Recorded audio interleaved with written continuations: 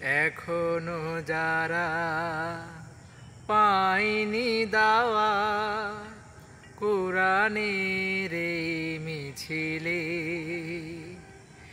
এখনো যারা পায়নি দাওয়া কোরআনের এই মিছিলে, শুনিয়ে দেই চলো সত্যবাণী, শুনিয়ে দেই চলো সত্যবাণী, পথ বাতলে দেই আমলে, বলে দেই বুকে টেনে,